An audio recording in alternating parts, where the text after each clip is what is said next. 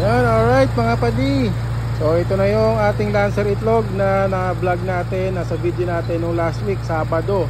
Ngayon, kung maalala ninyo, yung problema nito, ito yung may idle issue, may aircon issue, tapos may issue rin sa kanyang ECU. Ito yung mga padi. So ngayon, naparepair na natin yung ECU nya, and chinek na natin din lahat ng mga kailangan natin i-check. At marami siyang sekreto mga padi, kasi nung last time yung andar neto sa idle issue nya, palyado siya, pinalitan natin na injector, nag-okay na siya. Tapos meron pa rin siyang misfiring and hindi pa rin ganun kaganda yung response ng makina niya, para pa rin siyang may nabibilaukan. Tapos kapag naka-aircon, kapag nirevolusyon mo na ano siya, para siyang naghihingay-ngalo. Kung maalala nyo yung video natin, yung pumapalag siya pag naka-aircon tapos nirev natin. So ngayon, yun nga lang, magiging problema ni bossing kapag galing sa takbo or kapag nag-load siya ng aircon mga padi, mahihirapan yung kanyang makina. Tapos yung TPS niya, iba na rin yung setting, no? Kaya mga padi,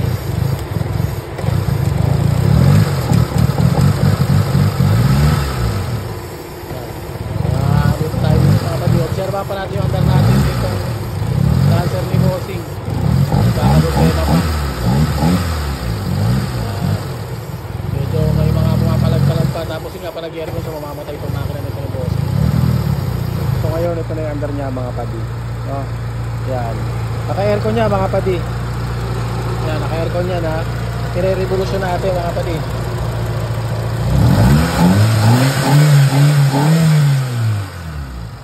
Ayun, alright. Diba, hindi na siya pumapalag. Pino na yung andar ng makina niya. Wala na rin siya mga misfiring mga padi. Na-resolve na natin yung issue niya. Tapos yung isa pa, yung ECU niya, may issue doon sa IC na nagko-control doon sa servo mga padi. So naparepair na natin ngayon yung servo niya. Yan yung servo niya. And luckily, working yung servo ni bossing. Working. Problema lang talaga is ECU lang nagko-control, no mga padi. Tapos isa pa mga padi, may sekreto pa to na napagpasan namin. Wala kasi siyang check engine light doon sa loob, sa gauge. Pag on mo ng susi, walang check engine, patay. Yun pala, sadyang pinatay siguro to nung previous na gumawa o bago niya nakuha, hindi natin alam na. Basta nakapatay siya. So ngayon, binuhay natin. Yun pala, nakailaw talaga yung check engine niya. And yun nga, so trace up namin bakit nakailaw yung check engine, iniskan natin. May mga DTC tayong nakita. Yung DTC na nakita natin is tinutukoy niya is yung TPS at yung kanyang map sensor mga padi. Ayan. So yung map sensor niya sira na din. May problema na sa pagbabasa ng map sensor naka check engine, kaya meron siyang misfire at para siya nabibilaukan pag re-revolution mo. Tapos yung TPS niya naman din, kaya pala nahirapan din kami i-calibrate kasi mali yung sequence ng wiring. So ginalaw yung mga wire doon sa socket. So bali-baliktad ang pagkakakabit. Kaya pala pag ni-revolution mo siya, minsan para siya mamamatay. So nahirapan kami i-calibrate. Yun pala, upon checking, mali yung pagkakasunod-sunod ng wiring doon. Alright. Yung sa servo niya, okay naman din yung okay naman din yung sequence ng wiring niya, tama. Ayan, tapos yung sa aircon niya, kaya siya pag nirev mo ras naka-aircon para siya mamamatay dahil nga nag-high pressure yung system. So ngayon yan, ang ganda ng andar niya. Pinuno yung andar ng makina, lumabas na rin yung power niya. Ayan, aircon reprocess na rin natin siya bago na yung dryer niya. Kasi isipin mo, 5 years na yung kilabosing, ngayon niya palang napaservice yung aircon. Ngayon sobrang lamig na, tsaka wala na tayong high pressure mga padi. Yung pressure niya dati nasa 200. So ngayon napababa na natin yung kanyang pressure mga padi. Ayan. So ayan, naka-aircon niya, kanina pa umaandar, re-revolution natin ulit mga padi. Diba, wala ng dropping. Alright. So ibabiyahe kasi ito ni bossing sa Albay, kaya kailangan ito ni bossing sa sakay niya mga padi. All good sa tayo dito. Nabuhay na rin natin yung check engine niya.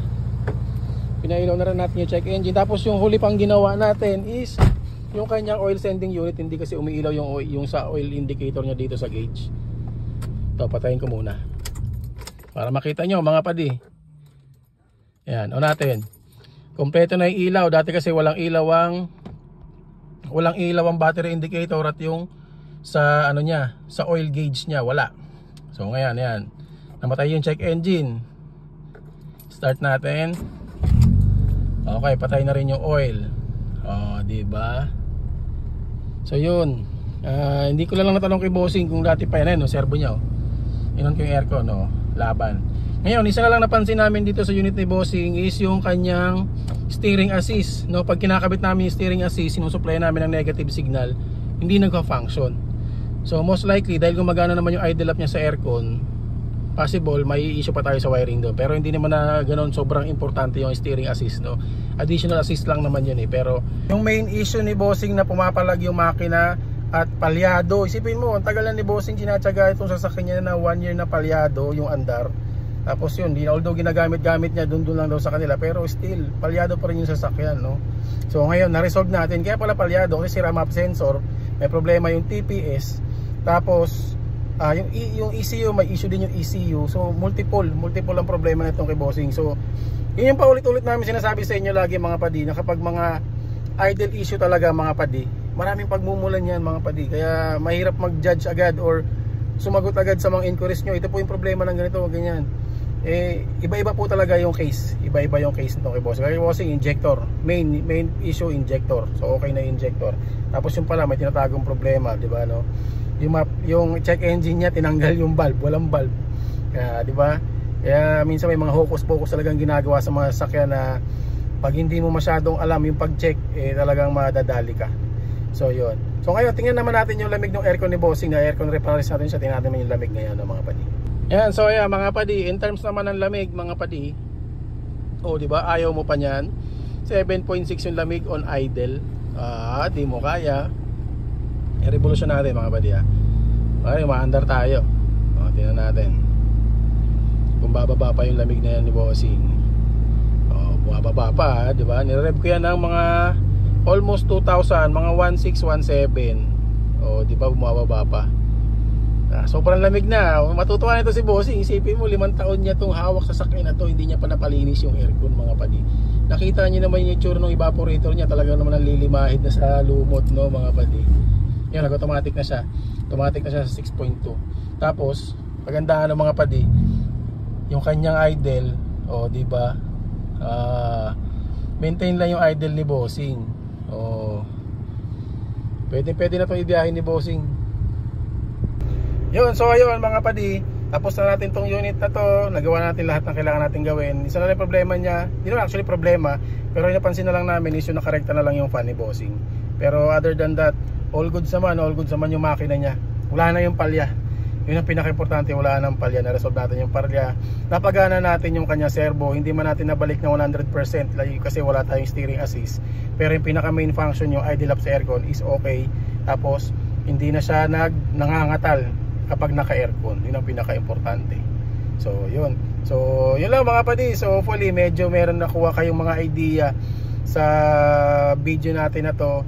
Baka just in case na experience nyo yung same problema itong kay bossing, possible kasi sa mga nabanggit ko, possible na isa doon sa mga nabanggit ko is na-encounter nyo din, no?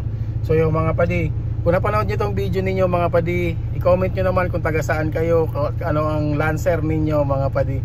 Tingnan natin kung hanggang saan umabot itong video na to. Alright, thank you, mga padi.